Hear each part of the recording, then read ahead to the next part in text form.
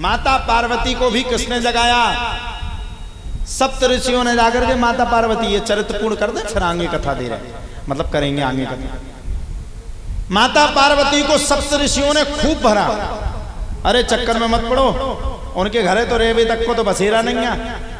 डरी रात में तो कैलाश पर्वत पे एक ठप्पा चट्टान पे बैठे रात, शेर की मच्छाला डाले रात, खावे के लाने रोटी नहीं है, उते है का भोले बाबा ना कहा है, बोले उन्ना ना सोना ना चांदी, एक ठप्पा सांप लगाए, बाबा बिच्छू धरे, बड़े बड़े जटा धरे, मरे भय मुर्दा की भस्म लपेट ले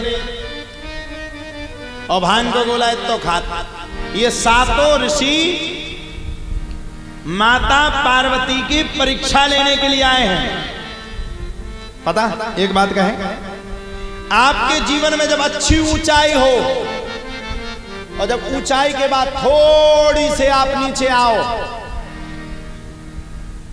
तब पता क्या है, आप जब ऊंचाई के बाद थोड़े से नीचे हो, आप घबराना नहीं कि हम नीचे हो गए, आप कैसे जाएंगे। बताओ हम कितने कार्यक्रम करते थे, कितने कार्यक्रम होते थे, कितनी कथाएं भागवतें होती थी, अरे कितना अच्छा काम चलता था। अब तो कुछ घबराना नहीं है, ये भगवान आपकी परीक्षा ले रहा है कि सुख में तो तुम खूब आनंदित रहे, दुख में आनंदित रहोगे कि नहीं रहोगे। इसलिए परमात्मा आपकी परीक्षा ले रहा है। अगर उस दुख में भी आप पास हो गए तो ध्यान रखना, जिस दिन सुख के बाद थोड़ा सा दुख आपके सामने आए, उस दिन घबराना मत, उस दिन प्रसन्न हो जाना कि अब बहुत जल्दी से समय बदलने वाला है, आपका भी युग आने वाला है, आपका भी समय आने वाला है और आप पर भी बालाजी सरकार की कृपा होने वाली है। ये समय का अंतराल है और जीवन तो एक नाव की तरह है, आ रहा है जा रहा है, आ रहा है जा रहा है। पार्वती माता को सप्त ऋषियों ने खूब भरा, लेकिन पार्वती ने किसी की नहीं सुनी। पार्वती ने कहा कि विवाह करूंगी तो भोलेनाथ के साथ करूंगी, अपितु नहीं तो किसी के साथ विवाह ही नहीं करूंगी। ये पार्वती का वचन, करूंगी तो भोलेनाथ से करूंगी। और यहां भोलेनाथ ने इतने गुस्सन में उन्हें 300 नेत्र खोलो सुमाए, उन्हें फ्री कर दो। कामदेव घरवाई रो रही कामदेव की, बोले हमें नहीं पता, आप तो ऐसी कृपा करो कि मेरा पति मेरे पास वापस लौट करके ही आवे। तब भोलेनाथ ने कहा, जब यदुवंश कृष्ण अवतारा और होई ही हरण महामही भारा, कृष्ण तनय हुई है पति तोरा,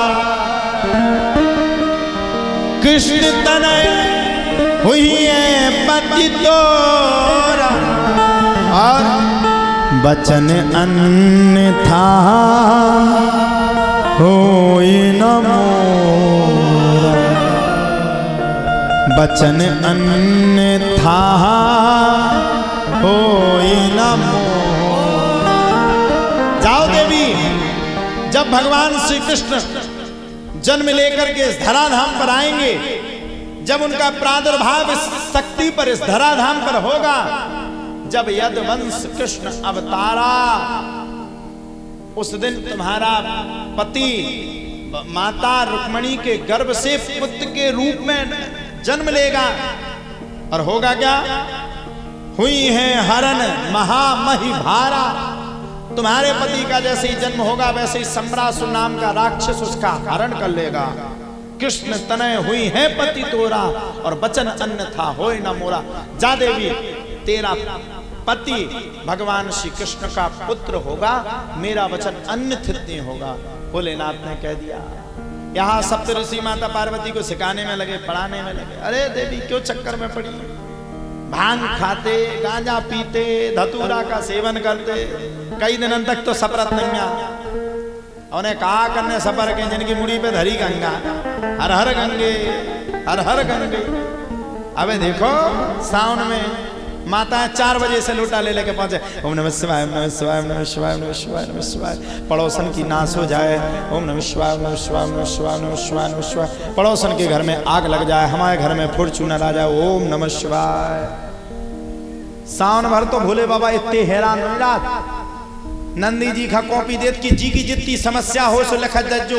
नंदी जी भी समस्या लिखत लिखत थक जात, माता पार्वती भी हैरान हो जाती। भोले बाबा से बेचारे भोले हैं, लेके जाना सोच गो। जो वंदना को सेल हो गए, धुआं तो ठीक है, हाड़ा ही ना मिले लौट के, लेकिन गुस्सा का समझे। जो लोगों ने गुस्सा हो सो तुम्हारे उनकी मुड़ी पे पानी डाल देती है, करने लगा गुस्सा में पानी डाल। भोले बाबा का पहले हुक के सुनाऊ दी, तुमने कहा दो हमें, मर गए हम जिंदगी भर। और जैसे उन्हें गुस्सा है सो पानी डाल दो, गुस्सा शांत। माताओं के अच्छा जाओ और सुनो, वे तो भोले बाबा हैं सो इतनी सुनना है। कौन और देवता होते तो अबे लोग कब को चलो जाते।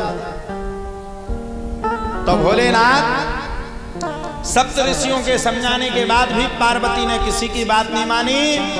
पार्वती ने कहा मेरा विवाह होगा तो भोलेनाथ के साथ होगा, नहीं तो मेरा विवाह किसी से नहीं होगा। होगा तो सिर्फ और सिर्फ भोलेनाथ के साथ होगा, नहीं तो किसी के साथ नहीं होगा। हमरे जान सदा शिव जोगी और अज अनवाद्य अकाम अभोगी। अब कुछ भी हो, विवाह करूंगी तो भोलेनाथ के साथ करूंगी, नहीं तो पूरे जीवन भर कुंवारी ही रहूंगी। सप्त ऋषि प्रसन्न हो गए। प्रसन्न होकर के सप्त ऋषियों ने कहा देवी चिंता मत करो, भोलेनाथ ने मुझे इसी कार्य के लिए पहुंचाया था। आप अपनी परीक्षा में पास हैं, इसलिए भोलेनाथ के साथ आपका विवाह निश्चित है। देखो हो गई पास। और तुम्हारे तनक सी समस्या आई, भगवान को दरवाजा खटखटाओ। हम तो कबों कबों यही सोचत कि भगवान अगर समस्या ना होती तो कोनो मंदिर में घंटी बजावे तक न जाते। भगवान ही सकत हो, खुद ही सपल लो, खुद ही श्रृंगार कर लो। आदमी परेशान रहता तब ना अगरबत्ती लगाता।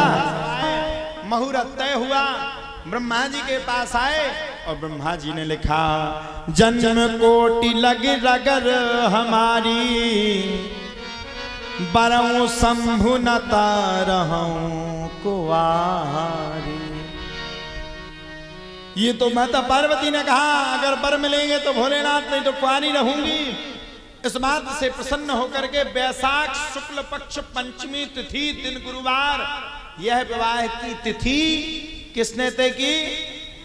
ब्रह्मा जी ने। ये भगवान की कृपा है।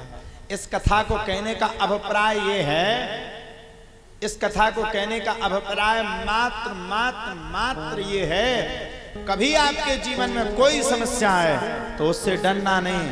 आप पर भगवान की कृपा होगी और भगवान कभी ना कभी आप पर दया करके, आप पर कृपा करके आपकी मुश्किल का हल कर देंगे।